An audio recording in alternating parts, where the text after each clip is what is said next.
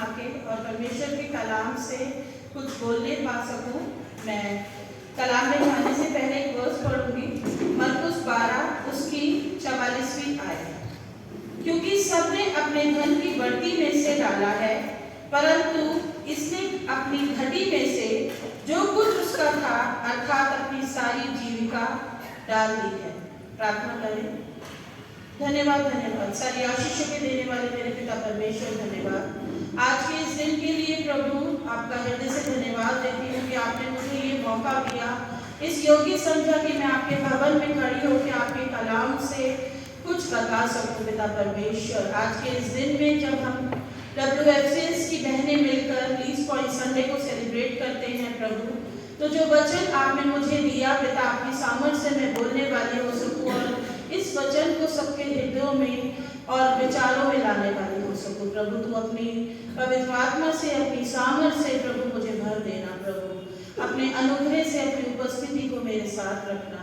इस छोटी सी विनती को सुनिए, आपके प्यारे बेटे यीशु क्रिस्ट के नाम से मांगती हूँ, आमीन। आज हम लीस्ट पॉइंट संडे, सबसे छोटे सिक्के का इतवार सेलिब्रेट कर रहे हैं, मना रहे हैं। पर इससे पहले बहुत से ऐसे प्रश्न हैं जिन पे हमें आज ध्यान देना है कि ये चीजें हम क्यों करते हैं। सबसे पहला प्रश्न जो मैं लेके आई हूँ वो है, लीस्ट पॉइंट के इतवार को हम क्यों मनाते हैं। जैसे कि मैम ने अभी एक इतिहास बताया कि बहन शांति सोलोमन ने, हमारी भारतीय मसीही महिला थी जिन्होंने इस प्रक्रिया को शुरू किया था। लीस्ट पॉइंट सिर्फ हम भारत में नहीं वरन ऑल ओवर वर्ल्ड, पूरे संसार में लीस्ट पॉइंट सेलिब्रेट किया जाता है। ये fellowship of the least point, जिसे हम FLC भी कहते हैं, जैसे बहन ने, जैसे आयशा विल्फ्रेड मैम ने पढ़ा, इसकी शुरुआत बहन शांति सोलोमन ने, जो एक ईसाई महिला थी, यहाँ भारत से ही थी, ने 1956 में शुरू किया था। हम कितने खुश नसीब लोग हैं कि 1956 में उन बहन ने इसकी शुरुआत करी थी और आज 2000 आगे हम निकल गए हैं, 24 में चल रहे हैं, परंतु हम अपने पीछे की चीज़ों को नहीं भूले हैं, क्योंकि हम सब परमेश्वर की पवित्र आत्मा में सामर्थ्य होकर रहते हैं और उन चीज़ों को आगे बढ़ाते रहते हैं। वो एक अंतर्राष्ट्रीय संगठन की टीम की सदस्यता थी जो कि प्रेस्बिटेरियन वुमेन यूनाइटेड स्टेट के द्वारा चलाई जा रही थी। इतिहास इस फेलोशिप के विषय में क्या कहता है। जब ये टीम अपनी यात्रा एशिया की उन महिलाओं से मिलने के लिए कर रही थी, तब वो ये जानना चाहती थी कि सेकेंड वर्ल्ड वॉर में महिलाओं पर कितने अत्याचार हुए। जब मैं इसको पढ़ रही थी तो शायद ही मैं यहाँ पे उन अत्याचारों के बारे में खुल के बात कर सकती हूँ, क्योंकि वो इतने दर्दनीय अत्याचार थे जो उन लेडीज ने इन बहनों को, जो हमारी शांति सोलोमन बहन थी, उनको और उनकी टीम को बताए थे। उनपे बहुत बुरे अत्याचार किए गए थे, परंतु उन महिलाओं के बारे में कौन सोच रहा था? कोई भी नहीं सोच रहा था। लेकिन प्रभु यीशु ने इन बहनों के मन में, इनके हृदय में डाला कि जाओ, तुम्हारी बहनें वहाँ परेशान हैं, वहाँ जाके उनके लिए कुछ करो, क्योंकि प्रभु यीशु की पवित्र आत्मा उन पे कार्य कर रही थी। क्योंकि वो जो बहनें थी वहाँ पे अत्याचार में जी रही थी, परंतु कहीं ना कहीं प्रभु यीशु पे विश्वास करके प्रार्थना भी कर रही थी, और उस प्रार्थना का उत्तर उन्हें हाँ और आमीन में मिला। किस प्रकार से? जब FLC की बहनें उनके पास तक पहुंची, उनकी प्रार्थनाओं को, उनकी दर्दनीय स्थितियों को उन्होंने सुना। कितना अच्छा लगता है जब हम अपने परेशानियों में होते हैं और हमारा कोई सुनने वाला हमारे पास आ जाता है और हम उसको अपनी परेशानियों को बताते हैं। ऐसा लगता है शायद प्रभु यीशु ने ही इसको हमारे पास भेज दिया और हम अपने दिल को पूरा खोल के उसके सामने रख देते हैं और हमें उसका उत्तर भी मिलता है। परंतु क्या हमारा वहाँ पे जो चुनाव है अपने हृदय की बातों को बताने का, वो सही है? क्या वो मनुष्य सही है जिसको हम अपने हृदय की बातों को बता रहे हैं? लीस्ट पॉइंट संडे में हम हमेशा लीस्ट पॉइंट के बारे में सुनते हैं, परंतु आज मेरा विषय लीस्ट पॉइंट तो है, एक छोटा सिक्का जोड़ना तो है, परंतु ये भी है कि हमें आज अपने मनों को भी जांचना है कि क्या हम सिर्फ जो डेज हम सेलिब्रेट कर रहे हैं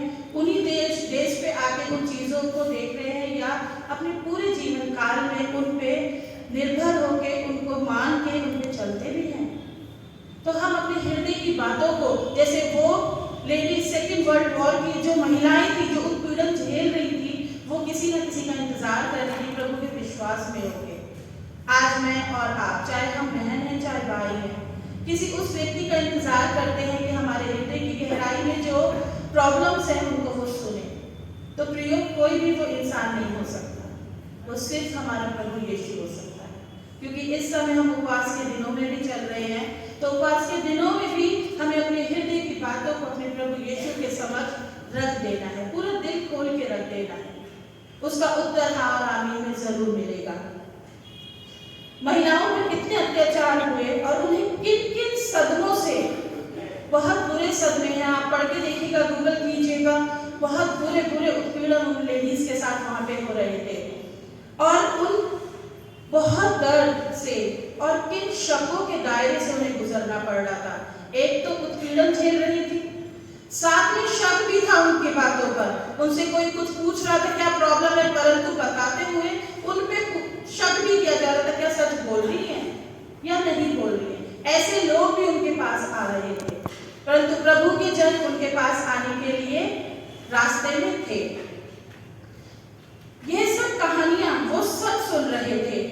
जब बहन शांति और उनकी टीम जापान पहुंचे तो एयरपोर्ट पे वो 3 जापानी महिलाओं से मिले और वो 3 टीम की महिलाओं के लिए माला लाए थे। जो शांति सोलोमन बहन थी उनके वो थी और 2 महिलाएं और थी। जब वो जापान पहुंचे तो उनके स्वागत में 3 मालाएं लेके आई थी वो, कि हमारे प्रॉब्लम को सॉल्व करने के लिए कोई आ रहा है, स्वागत करते हैं। जब हमारे घर कोई आता है हम दिल से स्वागत करते हैं, और यहाँ तो परेशानियां दूर करने वाली आ रही थी। तो वहां पे क्या हुआ, एयरपोर्ट पे तीनों टीम की महिलाओं के लिए माला लाई थी, परंतु वह अमेरिकी महिलाएं भी थी जो वर्ल्ड वॉर में उन पे एटम बम गिरा रहे थे हिरोशिमा में, और वही महिलाएं उनकी परेशानी पूछने आई थी, कैसे कर दिए हमारे साथ बुरा बर्ताव किया और आज हमसे ही पूछने आ गए कि हम कैसे हैं। हम तो स्वागत नहीं करेंगे, हम ह्यूमन बीइंग ऐसे ही होते हैं। वहां पे वो जापानी महिलाओं ने बहन शांति सोलोमन का तो स्वागत किया, परंतु वो यूनाइटेड स्टेट अमेरिका से आई हुई महिलाओं का स्वागत नहीं किया। उन्होंने वहां बोला हम इनका स्वागत कैसे कर ले, ये तो हम पर अत्याचार, यही तो कर रहे हैं अत्याचार।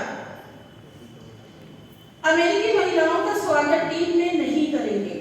और उस मुलाकात में बहन शांति ने ये देखा कि पूरे जापान में तबाही मची हुई थी, रहने के लिए घर नहीं था, खाने के लिए कुछ नहीं था, और अगर हम बात करें महिलाओं की तो उनका तो बहुत ही बुरा हाल हो रखा था। वहां पे हाहाकार मचा हुआ था। हिरोशिमा में जहां 1945 में यूनाइटेड स्टेट की मिलिट्री ने एटॉमिक बम गिराया था और वहां 80,000 लोग एकदम मर गए थे। जैसे ही एटम बम गिरा था 80,000 लोग जापान में मर गए थे और 10,000 लोग उस बम के रेडिएशन से बीमारियों में थे। किसी को कोई इश्यू हो गया था, किसी को कोई परेशानी हो। कितना मुश्किल समय होगा अगर हम इस समय इमेजिन करें, कितना मुश्किल समय होगा। सिर्फ उस वक्त उन्हें ऐसा लग रहा होगा वहां के लोगों को कि काश प्रभु तू आ जाए और बस हमें तू ले जा ले यहाँ से, ये दुनिया नष्ट हो जाए, सब समाप्त हो जाए और हम यहाँ से चले जाए।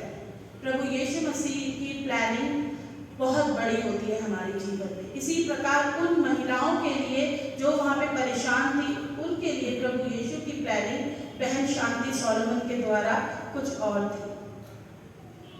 जब बहन शांति और उनकी टीम फिलीपीन गए तब उन्होंने देखा कि फिलीपींस लोग अपनी ज्वेलरी, जितने आभूषण थे उनके, बेच के चर्च को पुनः बना रहे थे। क्योंकि जब बम गिरा तो बहुत चर्चेस भी टूटे, परंतु लोगों को क्या चाहिए था, एक भवन चाहिए था जहां पे आके वो प्रभु यीशु मसीह की स्तुति, आराधना, महिमा कर सके। और हम कितने ज्यादा खुशनसीब हैं कि हमें बने बनाए पहले से ही भवन मिले हुए हैं। हम इन भवनों में भी आने के लिए बहुत सोचते हैं कि हम जाएं या नहीं जाएं। संडे को हम अपने लिए इतना बिजी कर देते हैं कि चर्च का समय हमारा निकल जाता है। मैं भी ऐसा करती हूँ, पहले मैं दूसरा काम सोचती हूँ, फिर संडे को चर्च का सोचती हूँ, परंतु नहीं, प्रभु की आशीषें पानी है तो प्रभु के घर हमें आना ही पड़ेगा। जब हमें किसी से मिलना होता है, इंपॉर्टेंट पर्सन से, तो हम उसके पास जाते हैं। हम सोचते हैं हर चीज में शॉर्टकट अपना लेते हैं, प्रभु हमारे लिए कर देंगे। कल मैं एक मीटिंग में थी, उसमें मैं यही बोल रही थी कि हम उपवास तो रखते हैं, परंतु उस उपवास में हम अपनी बहुत सी जो प्रॉब्लम्स है वो प्रभु को बताते हैं, परंतु अपने चारों तरफ एक बाउंड्री कर लेते हैं और अपने ही हिसाब से उस उपवास को रखते हैं कि प्रभु इस बार मैं 40 उपवास रखूंगी, परंतु देखिए ये मेरी सारी चीजें हैं, डिमांड्स हैं, आप इन्हें पूरा कर देना।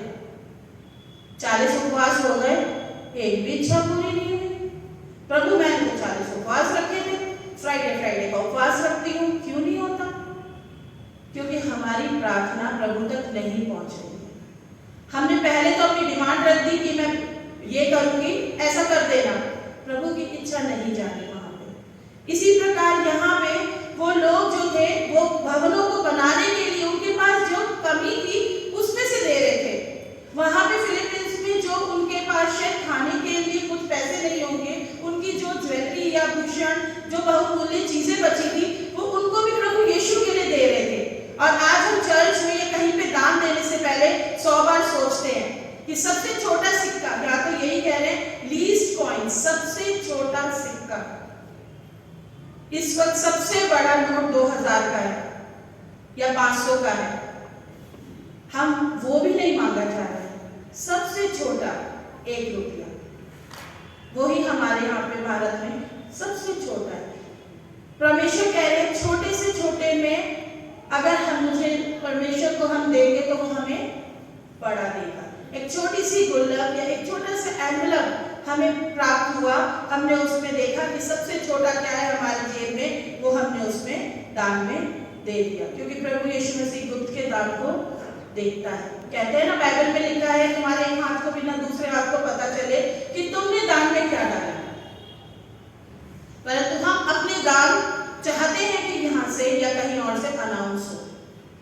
परमेश्वर हमें आशीषें गुप्त में देता है, क्योंकि वो गुप्त में प्यार करके जांचने वाला और देने वाला प्रभु है। अब यहाँ पे क्या हुआ, बहन शांति को और क्या हुआ देखेंगे हम। चर्चों को पुनः बना रहे थे, फिर वो लोग साउथ कोरिया गए, वहां भी उन्होंने अत्याचार, लड़ाई देखी। बहुत सी महिलाओं ने अपने ऊपर हुए अत्याचार, उनकी परेशानियां सुनाई। वो जापान गए तो महिलाओं पे अत्याचार हो रहा था, वो कोरिया गए तो वहां पर भी, फिलीपींस गए वहां पर भी, हर जगह महिलाओं पर उस समय अत्याचार हो रहा था। प्रभु यीशु कहाँ था? उनको लग रहा था प्रभु तू कहाँ है, परंतु प्रभु यीशु मसीह अपनी प्लानिंग को तैयार करके बहन शांति जैसी लेडीज को उनके लिए तैयार कर रहे थे। क्योंकि बहन शांति को सिर्फ एक ही चीज दिखाई थी, क्योंकि जैपनीज लोगों ने मना कर दिया कि हम अमेरिका की बहनों का स्वागत नहीं करेंगे क्योंकि इन्होंने हम पर अत्याचार किए। क्या बचा?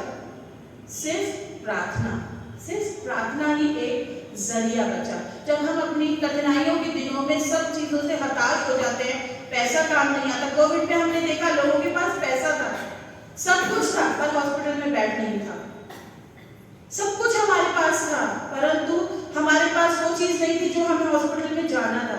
तो उस वक्त हमने किसको याद किया? परमेश्वर को याद किया। हम अपने जहां पर हम लोग अपने आप को महसूस करते हैं कि अब हमारे पास अच्छा है, चलो अब हम यही काम करेंगे, उस ही अपने बाउंड्रीज में रह के कामों को करना चाहते हैं कि हम हर चीज में कंफर्टेबल रहें। वैसे ही हम उपवास रखते हैं, पहले का रखूंगी और लास्ट का रखूंगी, बीच में सब खत्म। उपवास के दिनों में मैं ये नहीं करूंगी, वो नहीं करूंगी, बाकी मैं पूरे साल करूंगी। ये गलत है।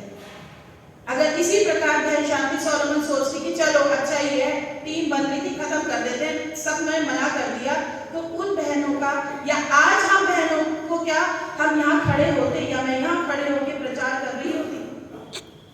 क्योंकि उन्होंने अपने नाम को एक इतिहास में शामिल कर दिया। उसी प्रकार से हम बहनों को अपने जीवन में उस प्रकार के दूसरों के लिए कार्य करने हैं कि हम उनके अच्छे दिनों में याद किए जाएं। बहन शांति ने यह सोचा कि प्रार्थना करती हूँ न्याय के लिए, शांति स्थापित होने के लिए और सब देशों में आपस में एकता बढ़ने के लिए। जैसे शुरू में ही मैम ने पढ़ा कि कोरिया में आज कोरिया और भारत का जो बात है वो बहुत अच्छी है। तो ये उन्हीं बहनों की शांति और शांति सोलोमन बहन का और उनकी टीम का ये आंसर है जो प्रभु ने प्रार्थना के द्वारा दिया। इसी प्रकार से प्रभु ने जो उपवास रखे वो मेरे और आपके लिए रखे, अपने लिए नहीं रखे। क्या मैं और आप किसी के लिए उपवास रख के प्रार्थना कर सकते हैं? हम उपवास रख के सिर्फ अपने लिए और अपने फैमिली के लिए ही प्रार्थना करते हैं। हम प्रार्थना करेंगे, परंतु उन बहनों बच्चियों को अपने पास से कुछ टोकन भी देंगे तो हम सबसे छोटा सिक्का जमा करेंगे और उन बहनों और महिलाओं को देंगे। अब बहन शांति ने सोचा प्रार्थना तो कर ही रहे हैं, प्रभु से प्रार्थना करते हैं कि हमारे साथ और लोग जुड़े, क्योंकि वो सिर्फ टीम में 3 सदस्य थे। जब तक लोग बढ़ेंगे नहीं, कैसे उन लेडीज की मदद होगी, फाइनेंशियली भी कैसे मदद करेंगे। उन्होंने प्रभु से प्रार्थना करी, उनकी टीम में लोग बढ़ने शुरू हुए और बड़े और आज देखिए, आज लीस्ट पॉइंट संडे हम भारत देश में रह के अपने चर्च में भी सेलिब्रेट कर रहे हैं। दूसरा प्रश्न है मेरा, लीस्ट कॉइन का महत्व संसारिक रूप में क्या है? सबसे छोटे सिक्के के अगर हम बात करें तो वह 1 रुपया होता है और उसकी कोई भी वैल्यू नहीं है। मैं कहती हूँ 10 रुपये की भी कोई वैल्यू नहीं होती, कहीं खो जाता है, गिर जाता है, नहीं ढूंढते। लेकिन अगर 100 रुपये का नोट गिर गया तो उसके लिए हम पूरा घर उथल-पुथल कर देते हैं कि गया कहाँ। पर हम अपने छोटे सिक्कों को तो हम ढूंढते ही नहीं है। तो जो चीज उन्होंने बहनों ने शुरू करी कि उन्होंने कहा कि आप अपने रोज के दिन में सिर्फ सबसे छोटा सिक्का उस गुल्लक में डाल दीजिए और उन बहनों को भेजिए जिनको उनकी आवश्यकता है।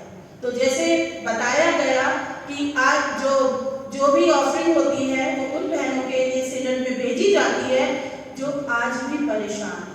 मैं और आप बहुत अच्छा रहते हैं, प्रभु ने मुझे और आपको बहुत अच्छी दिनचर्या दी है। हम तीनों टाइम का अच्छा खाना खाते हैं और उससे ज्यादा भी करते हैं। जो चाहिए वो हमें अवेलेबल हो जाता है, क्योंकि प्रभु ने हमें इस लायक बनाया कि आज हम लीस्ट पॉइंट संडे के बारे में सुन रहे हैं और हमारे पास एक गुल्लक आ रही है। हम देंगे तो हमें वापस मिलेगा। अब इसमें ये भी नहीं सोचना है कि भाई गुल्लक में डालेंगे 1 रुपया या 2 रुपया या 10 रुपया या 2000 रुपया तो कल या अगले महीने मुझे 4000 रुपये करके परमेश्वर देंगे। तो ऐसा भी नहीं सोचना है। उसमें भी हमने क्या सोचा? अपना ही स्वार्थ।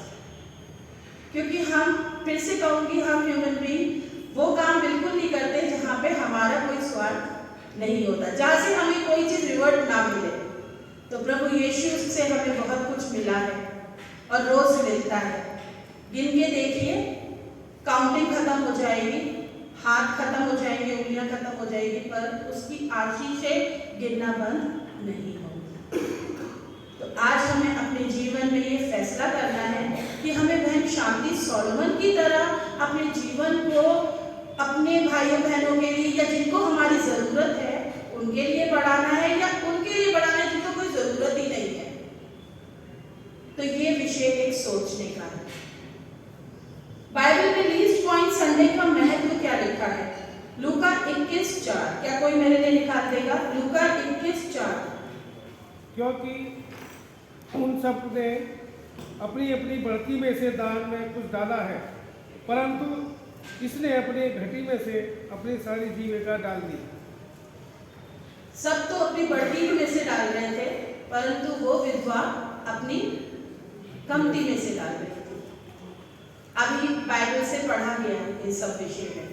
और आप मतलब अभी जब पढ़ रहे थे, मैंने ये गौर नहीं किया था पहले, जब यहाँ पे बहन पढ़ रहे थे तो मैंने देखा ध्यान से, वहां पे लिखा था, एक का तो हेडिंग था कंगाल विधवा का दान और एक था सरपत की कंगाल विधवा।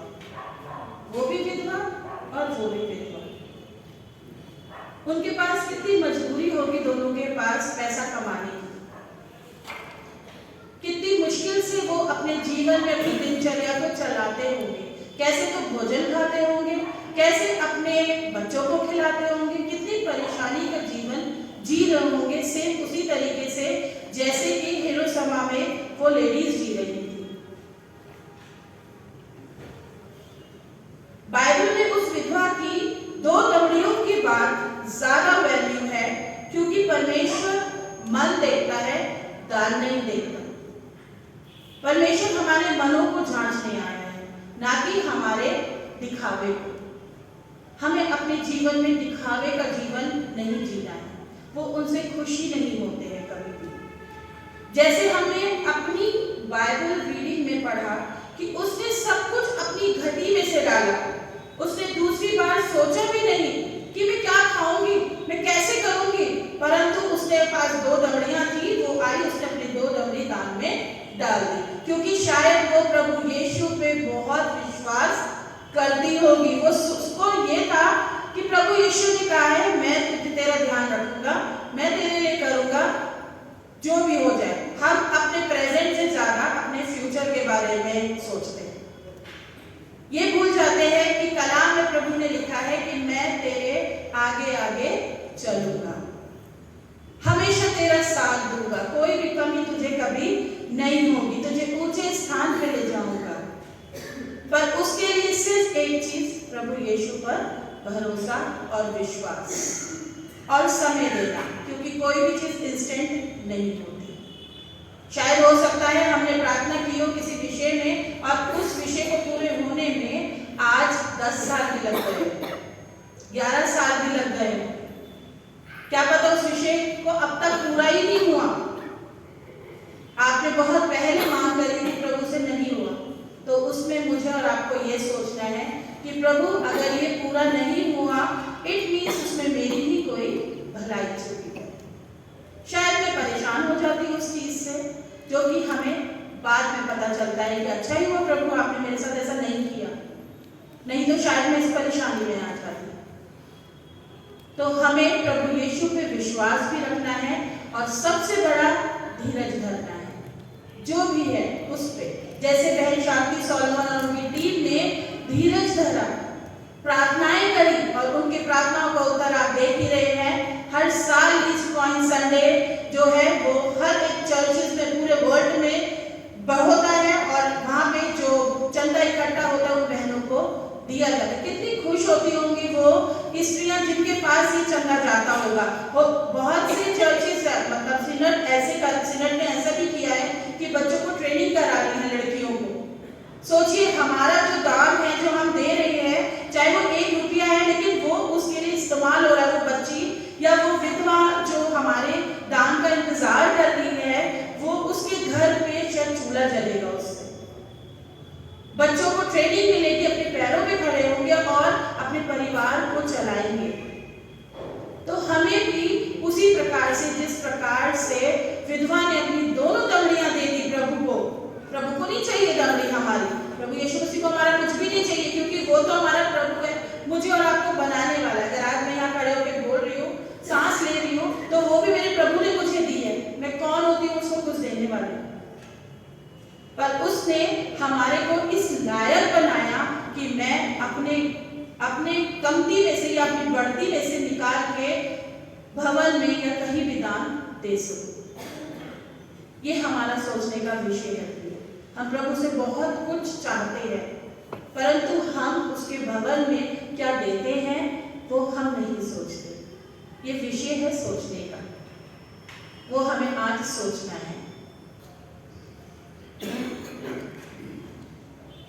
इधर उसने जब उस समय क्या था कि जब कोई दान देता था तो एक बड़ा सा ऐसे करके नरसिंगे की तरह एक पात्र सा होता था, उसमें पैसे डलते थे और वो किस लिए पर्पसली किया गया था। वो पर्पसली था वो कि जब पैसे डाले तो जितनी आवाज भारी उतने ज्यादा इसमें पैसे गए।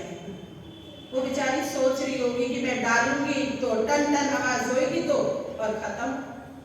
शायद घबरा रही होगी जाते हुए वहां पे आगे हम और आप भी अपने जीवन में घबराते हैं जब हम बस कमी होती है कि क्या हम ये दे प्रभु को, नहीं दे, तो हम क्या सोचते हैं, छोड़ो नहीं देते।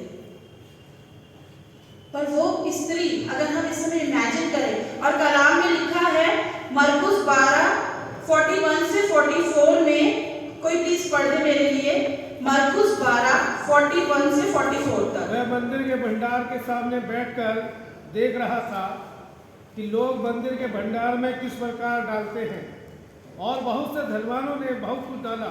जी भैया, इतने में कंगाल निकमान ने भैया धीरे धीरे 41 वर्ष में लिखा है, वो मंदिर के भंडार के सामने बैठकर देख रहा था। कौन देख रहा था? यीशु मसीह। यीशु मसीह बैठे हुए थे, वहां देख रहे थे। क्या वो ये देख रहे थे अच्छा कितना डाल रहे हो, चलो उसी हिसाब से मैं तुम्हें आशीष देने वाला हूँ? नहीं प्रियो, वो ये नहीं देख रहे थे। वो ये देख रहे थे कि तुम इंसान होके जो मैंने तुम्हें दिया, तुम इस प्रकार अपने नगाड़े बजा के दान को डाल रहे हो। क्योंकि वहां पे वो लोग क्या करते थे, दान डालने से पहले अनाउंस करते थे इसका इतना, इसका इतना, और फिर उसमें डालते थे तो आवाज भी भारी आती थी। परंतु प्रभु यीशु मसीह वहीं से बैठ के उस विधवा औरत के मन को, क्योंकि प्रभु हमारा मनों को जांचने वाला है, हमारे मन में क्या चलता है वो उन्हें पता चल जाता है। उस वहां पे बहुत सारे लोग थे जिसके मन में चल रहा होगा, चलो अब मेरी बारी आएगी, मेरे लिए बोला जाएगा कि मैं इतने पैसे डाल रहा हूँ, आवाज भी अच्छी आएगी भारी, सबके सामने मेरी जय जयकार होगी। परंतु एक वो बूढ़ी औरत विधवा एक कोने में शायद अपने हाथों को ऐसे भी कर रही होगी और सोच रही होगी, मैं कैसे डालूं प्रभु, कैसे करूं, क्या करूं। परंतु उसको इस कश्मकश में ये नहीं पता मैं जिसको दे रही हूँ वो सामने ही बैठा है, वो उनके सामने ही बैठे थे और सब कुछ देख रहे थे। इस वक्त वो हमारे बीच में भी हैं और सब कुछ देखते हैं, और हमारे मनों में जो चलता है वो सब कुछ सुनते हैं। किसी भी अंधकार भरी कोठरी में हम चले जाएं, वो वहां पर भी देख सकते हैं। हर जगह, कोई भी जगह प्रभु से छुपी नहीं है। उस औरत ने बड़ी मुश्किल से वो उस जगह तक आई, उसने अपनी 2 दमड़ियां डाली, आवाज हुई होगी बड़ी छोटी सी, लोग हंसे भी होंगे उस पर, परंतु उसके मन में संतुष्टि थी। वो बहुत खुश थी कि मैंने अपने प्रभु को अपनी कमती में से दिया। मेरा प्रभु मुझे बहुत सी आशीषें देगा, मुझे नहीं फिक्र कि कल मेरे साथ क्या होने वाला है, मेरे को तो आज का ही है कि मुझे अपने प्रभु को देना है। मैं दूंगी, मेरा प्रभु मेरे साथ हमेशा रहेगा। हमें अपने जीवनों में प्रभु यीशु को प्रथम स्थान देना है। हम नहीं दे पाते क्योंकि हम बहुत बिजी हैं। अगर मैं अपनी ही बात करूं तो मैं भी बिजी हूँ बहुत ज्यादा। शायद मैं भी परमेश्वर के कामों को सेकंड स्थान पे रख देती हूँ और पहले अपना काम करूं, भूल जाती हूँ कि प्रभु ने ही तो मुझे ये लायक बनाया कि मैं इस काम को करूं। इसी प्रकार से सारपत की विधवा, पहला राजा हमने 7 से 16 में पढ़ा। वहां सारपत की विधवा का जो उदाहरण है वो बहुत अच्छा है। एलिया आया वहां पे, देखिए पहले ही पर्पस था, सारा का सारा जो प्लान था वो सारपत की विधवा के लिए ही था। देखिए वहां पर अकाल पड़ा, एलिया आया, एलिया ने आके सारपत की विधवा से बोला कि जा मेरे लिए कुछ खाने को ले आ। तो प्लानिंग देखिए, अकाल पड़ गया। अब यहाँ पे उसके विश्वास की बात हो रही है। जैसे वहां पे उस विधवा के विश्वास की बात की 2 दमड़ी की, कि उसका विश्वास, वो अपने विश्वास में पास हो गई। अब यहाँ पे सारपत की विधवा के लिए एक प्लानिंग रखी गई कि अकाल पड़ेगा, यहाँ पे एलिया आएगा, एलिया उससे खाने को मांगेगा और उन दोनों के बीच में क्या कॉन्वर्सेशन होगी, उस चीज को प्रभु ने पहले से तय कर रखा है। क्योंकि प्रभु को उसका ध्यान है, उस सारपत की विधवा का ध्यान है कि अकाल पड़ने वाला है, ये मेरी बच्ची है, ये कैसे अपने घर में खाना पकाएगी, क्योंकि इसके पास तो मुट्ठी भर आटा और थोड़ा सा तेल है पकाने के लिए।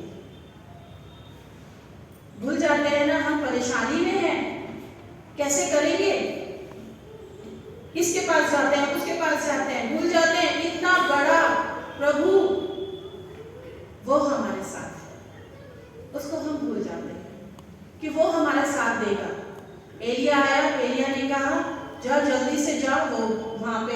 घर में खाना पकाने के लिए लकड़ियां चुग रही थी, जल्दी से जाओ मेरे लिए जरा रोटी लिया। उसके दिमाग में चल रहा था मैं जाऊंगी घर, रोटी पकाऊंगी और अपने बेटे को भी खिलाऊंगी, आधी वो खा लेगा आधी मैं खा लूंगी और बस फिर क्या होगा उसे नहीं पता, क्योंकि उसके पास सिर्फ इतना ही भोजन था, एक टाइम की रोटी ही थी उसके पास और उतने ही टाइम का तेल था उसके पास।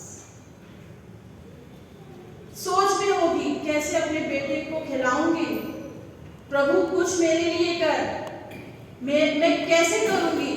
एलिया ने कहा जा जल्दी से ले आ। उसने कहा कि मेरे पास इतना नहीं है कि मैं तुझे भी दे पाऊं, मैं अपने बेटे को खिलाऊंगी और अपने लिए रखूंगी। एलिया ने कहा संकोच मत कर, जा और मेरे लिए बना के लेके आ। देखिए यहाँ उसका विश्वास था प्रभु पे, इसीलिए उसने एलिया की बात मानी। हमारे पास कोई भी आता है वो कहता है विश्वास रखो प्रभु यीशु पर, कैसे रखे विश्वास? आज तक तो हुआ नहीं, पर वो सारपत की विधवा ने वहां पे विश्वास रखा प्रभु पर, जो उसने एलिया की बात मानी। शायद वो एलिया को जानती भी नहीं होगी, पर उसने प्रभु का नाम लिया, बस वो दौड़ी भी गई और उसके लिए बना के लेके आई। उसने ये भी भूल गई कि मेरा बेटा क्या खाएगा या मैं क्या खाऊंगा, उसने कुछ भी याद नहीं रखा। इसी प्रकार हमें लीस्ट पॉइंट संडे में उन बहनों को नहीं भूलना है जो हमारी मदद के लिए इंतजार कर रही हैं। हमें प्लान एलिया नहीं आ सकता, परमेश्वर सामने नहीं बैठ सकते, मंदिर के नहीं बैठे हैं, उनकी पवित्र आत्मा हमारे बीच में है, पर वो नहीं देख रहे हैं वहां बैठ के। उन्होंने अपने बच्चे हम सबको तैयार किया ऐसी लेडीज के लिए कि हम अपने जीवन में एक छोटे से सिक्के से उनके लिए हेल्प कर सके, मदद कर सके। छोटा सा सिक्का 1 रुपए का होता है, लेकिन वो भी बंद हो गया चलना, तो आज छोटा सिक्का 10 रुपए का भी हो सकता है। ये हमारे ऊपर है कि वो छोटा सिक्का हमारे लिए क्या है, क्या मायने रखता है। तो हमें उस छोटे सिक्के को अपनी उन बहनों के बीच तक पहुंचाने के लिए अपनी गुल्लकों को तैयार करना होगा, अपने देने वाले हाथों को तैयार करना होगा, प्रभु यीशु पर विश्वास करना होगा, क्योंकि मेरा प्रभु धीरज धरने वाला प्रभु है, वो हमारे मनों को जांचने वाला प्रभु है। यहोवा के उस वचन के अनुसार जो उसने एलिया के द्वारा कहा था, ना तो उस घड़े का मैदा समाप्त हुआ और ना उस कुप्पी का तेल खत्म हुआ। कलाम में लिखा है एलिया ने बोला जब तक मैं नहीं बरसेगा ना तो उस घड़े का मैदा खत्म होगा ना उस कुप्पी का तेल खत्म होगा। तो उस सरपत की विधवा के घर में तेल और आटे की तो कमी कभी हुई नहीं। सोच के देखिए जीवन में कभी ना कभी ऐसा एक पल तो कोई ना कोई रहा होगा कि हमने सोचा होगा प्रभु ऐसा हो जाएगा, लेकिन उसकी कमी कभी महसूस नहीं हुई होगी। कोविड हमें छू नहीं पाया, बहुत से प्रियजनों ने अपने प्रियजनों को खो दिया, बहुत से लोगों को कोविड हुआ, परंतु प्रभु ने उन्हें कुछ नहीं होने दिया, क्योंकि वो हमारा प्यार करने वाला पिता परमेश्वर है। वो हमेशा हर जगह पर हमें याद रखता है और हमारी हर एक प्रार्थना का उत्तर देना चाहता है। बस प्रार्थना विश्वास से होनी चाहिए, बिना लालच के होनी चाहिए। जीवन में इतने बड़े कार्य कर देता है वो कि हम सोच भी नहीं पाते। जब हम बैठ के कभी शांति में कोने में बैठ के सोचे तो हमें ध्यान आता है, हाँ प्रभु आपने तो मेरे लिए इतना कुछ कर दिया, मुझे तो पता ही नहीं चला ये कैसे हो गया। मैं तो इस लायक भी नहीं थी प्रभु, परंतु आपने मुझे अपनी सामर्थ से भर दिया।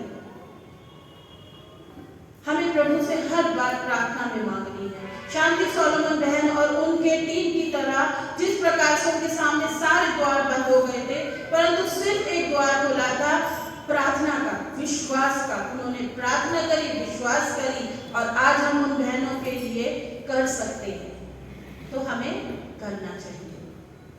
Fellowship of least point Shanti Solomon के विषय में हम सबको बहुत कुछ पता है।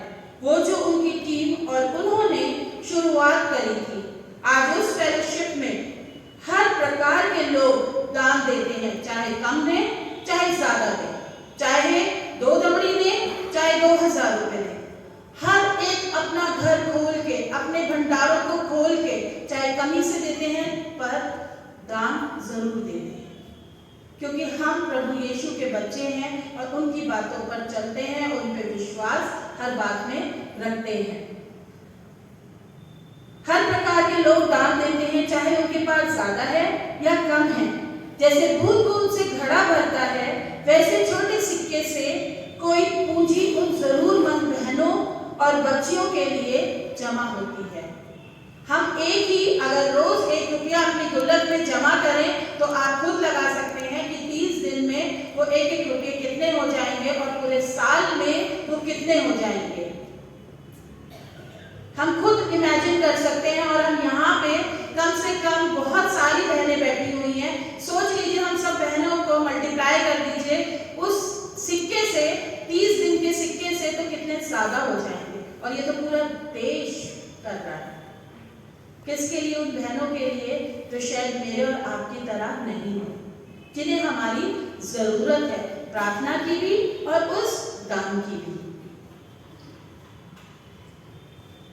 जिस प्रकार सरपुत की विधवा महिला के घर में मैदा और तेल कभी खत्म ना हुआ, उसी प्रकार हमारे घरों में भी कभी भी किसी भी चीज की कमी महसूस नहीं होगी, परंतु हमारा दान कुड़कुड़ा के नहीं, खुशी का होना चाहिए। आखिरी और बहुत जरूरी पॉइंट है ये कि हमें कैसे अपनी डेली लाइफ में लीस्ट पॉइंट को जमा करना है। ये बहुत इंपॉर्टेंट है।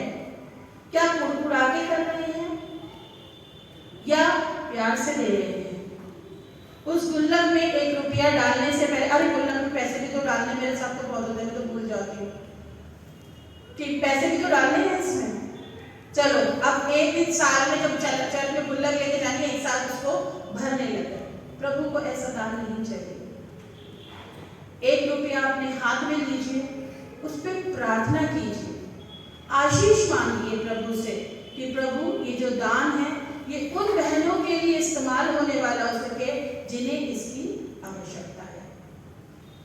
क्योंकि जब उनके पास आपके वो 1 गुल्लक का दान भी जाता है, बहुत बड़ा दान नहीं है, छोटा सा दान है, तो वो उस दान में भी बहुत खुश होगी। शायद वो पैसे हमारे लिए कोई वैल्यू भी नहीं रखते, हम रोज के जीवन में किसी भी चीज में उस पैसे को खत्म कर देते हैं, परंतु कुछ लोगों के लिए, कुछ बहनों के लिए, बच्चियों के लिए वो दान बहुत इंपॉर्टेंट है उनकी लाइफ में।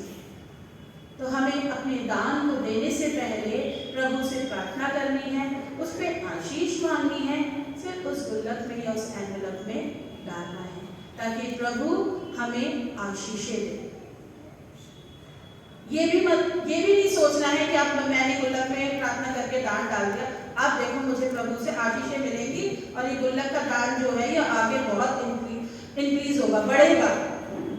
तो बिना उसी की, जैसे मैंने पहले बोला कि कोई भी बाउंड्री मत रखिए प्रभु के सामने कि मैं ऐसे करूंगी आप मेरे लिए ये कर देना, या मैं ऐसा करूंगा आप मेरे लिए ये कर देना। परंतु हमें प्रार्थना में सिर्फ इतना ही बोलना है, प्रभु मेरे जीवन से तेरी इच्छा पूरी हो जाए, क्योंकि मैं मिट्टी हूँ, तूने ही मुझे रचा है। तू ही मेरी बुद्धि को खोल, मेरी समझ को खोल और मुझे अपने जीवन में आगे बढ़ने लायक बना। सिर्फ यही प्रार्थना मुझे अपने प्रभु से करनी है कि तू जो चाहता है मेरे जीवन से उसको तू पूरा कर। प्रार्थना कर।